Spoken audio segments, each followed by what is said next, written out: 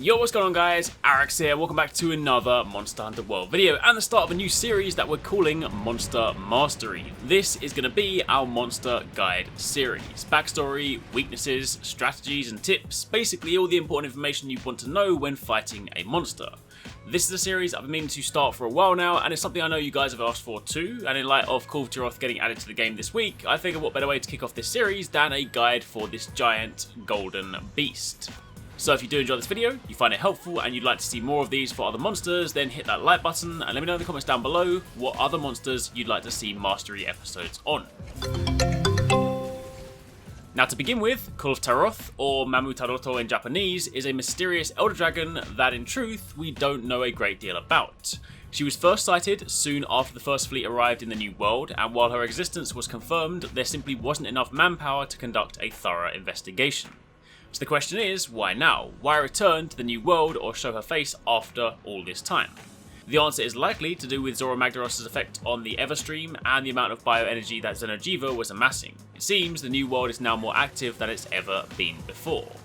From the limited information that has been gathered, Kulve Taroth is able to attract metallic substances to her body, and this results in a glittering gold protective coat of metal that completely enshrouds her, and it's for this reason that she also got the nickname the Mother Goddess of Gold. With each appearance, the coat and ecology differ, however once the golden coat is shed or broken, this giant, lumbering elder dragon is surprisingly quick and aggressive. When planning your assault against this elder, it's important to understand her weaknesses, both physical and elemental. While some weapons will simply allow you to lean more into their raw damage, for those of you keen to take advantage of elemental or status options, then there's some important things to consider.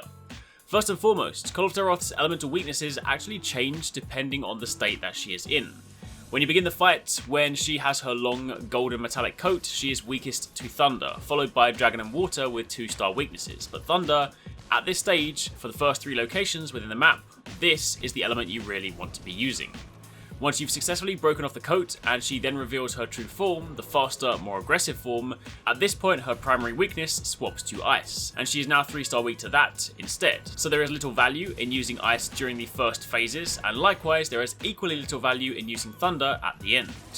You can return to the camp during the hunt or use a Farcaster, so if you aim to run elemental builds then don't be afraid to do this. I typically Farcaster back as soon as the coat is broken, and then take advantage of the slide shortcut to get back into the action as quickly as possible. It's better that you spend a couple of minutes swapping to something more effective than powering on with an element she simply isn't weak to anymore. Now as for actual damage locations, the places you should be attacking, during the very early stages of the fight you'll largely want to be focusing your efforts on her front legs, specifically the parts not covered by gold. While ultimately you want to break off the coat and then the horns, when she is solid gold like this, your damage on any of the covered areas will be more limited. The front legs, the uncovered areas, are where you'll be hitting those weak spots. However, following a mount or enough damage, Kulve Taroth will glow bright red and gold. When she enters this state, her entire body essentially becomes a giant weak spot. The tail, the coat, the horns, anything that is gold, attack it and you'll see good damage. So it's important that at this stage in the fight, you really put the damage in where it matters. Now outside of regular damage and elemental weaknesses, Kulve Taroth is also susceptible to most status effects, but only with 1-star effectiveness, meaning that they do work, but it's going to take some time to get that effect to proc. Paralysis, poison, sleep and blast, all of those are effective. Furthermore, KO is also possible, so definitely consider bringing status options if you have them. The poison ticks can do some nice damage, and since it's passive, it's relatively unobtrusive, so it's something you could consider bringing with you and not thinking about too much. Sleep, while useful, do keep in mind that she doesn't seem to remain asleep for long, so while some other monsters have pretty generous windows allowing for some nice sleep setups, be mindful of your time in this fight, otherwise she'll wake up before you know it. So paralysis for me tends to be a favourite. It's also nice if you're able to trigger this when she's glowing, since it gives you an incredible opening for damage. So, now that you know her weaknesses, what about tactics? How should you tackle this giant beast? Well, this fight is split into 3 distinct phases, and these take place across 4 zones within the map.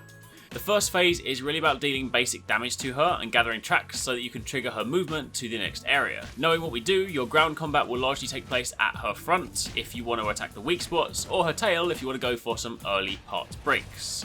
This first area has 4 environmental traps in the forms of archways that can be dropped, and if you drop them on her head or upper body, this can cause her to topple over, in turn opening her up for some big damage. You also have cannons dotted around, which are also great damage options, provided you can line them up and load them in time. Despite the fact that she moves slowly around these corridors, at times she can switch it up and start zipping through pretty quickly.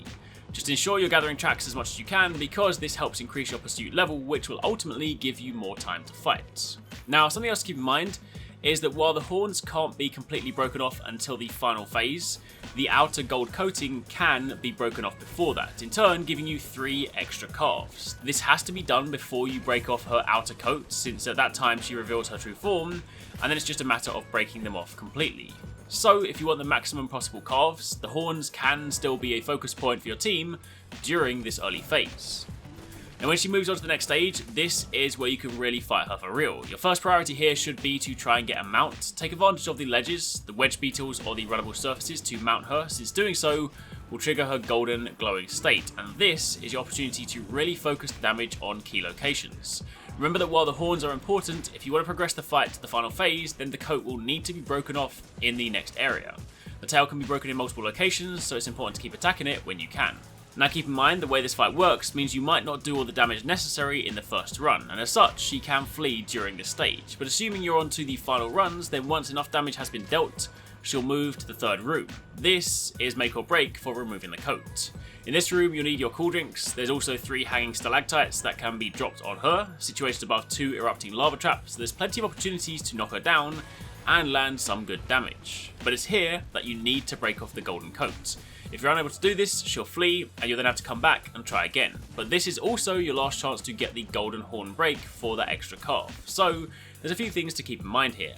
Bombs are an excellent item to use on the tail if you want to dish out some good damage when she goes down. Our team have, on a number of occasions, used bombs as the last resort to break off the coat, so don't be afraid to use your items. But once you've broken it off, she'll then move to the final room, at which point you need to break off her horns. See, unlike most other monsters, you won't be killing Kulve Taroth, you instead need to break her horns, and this will then see her retreat, giving you time to carve them for your rewards. This is as far as the fight goes, so again, it's now or never.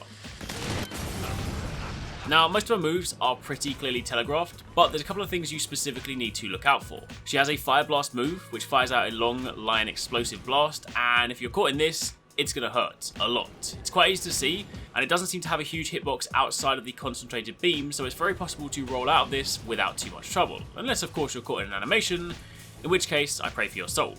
Outside of that, the other move is the one where she basically spits out this huge flaming liquid in a 360-degree circle around her, and it gets progressively wider and burns for some serious damage. She can do this in the earlier rooms, but you'll encounter this most during the final phase. Again, it's pretty clearly telegraphed, but the second you see it, you need to get out. If you're caught in this for too long, it's game over. Your team can use life powders to heal you through it, but ultimately, you want to get out. That being said, there is a little trick you can do here, so that leads us nicely on to the final section of this guide. Starting off with the move that we just spoke about, it's actually possible to flinch her during this move using slinger ammo, and more specifically, Crystal Burst.